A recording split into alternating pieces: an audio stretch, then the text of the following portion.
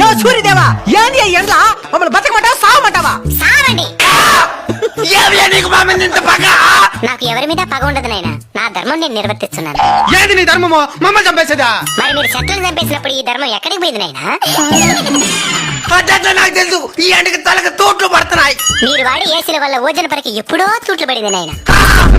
ఎండ ఎక్కువగా ఉంది, ఏసీ 2 పాయింట్లు పెంచు అని అంటారు గానీ ఎండ ఎక్కువగా ఉంది 2 చెట్లు పెంచుదామని ఏ రోజైనా అనుకున్నారా? అంటే అది చెరువులు కూడా ఎండిపోతున్నాయి స్వామి. నీళ్లుండాల్సిన చెరువులో నిలువెత్తి బోడాలుంటే ఎవరేం చేస్తారు నాయనా? అడవులు కూడా ఎండిపోతున్నాయి స్వామి. మరి అక్కడే కదా నాయన అపార్ట్మెంట్లు కట్టాల్సిందే. స్వామి, ఈ ఎండ డంచి బయటపడేదానికి ఏదైనా మార్గం చెప్పు స్వామి. వృక్షో రక్షిత రక్షిత. చెట్లను మీరు కాపాడితే అవి మిమ్మల్ని కాపాడతాయి. తప్పకుండా నాటి కాపాడుతాం స్వామి. స్వామి ఇంక మిఠాని ఈ ఎండలు తగ్గునా? In front there is crocodile festival. అంటే ముందుంది ముసళ్ళ పండగ అని.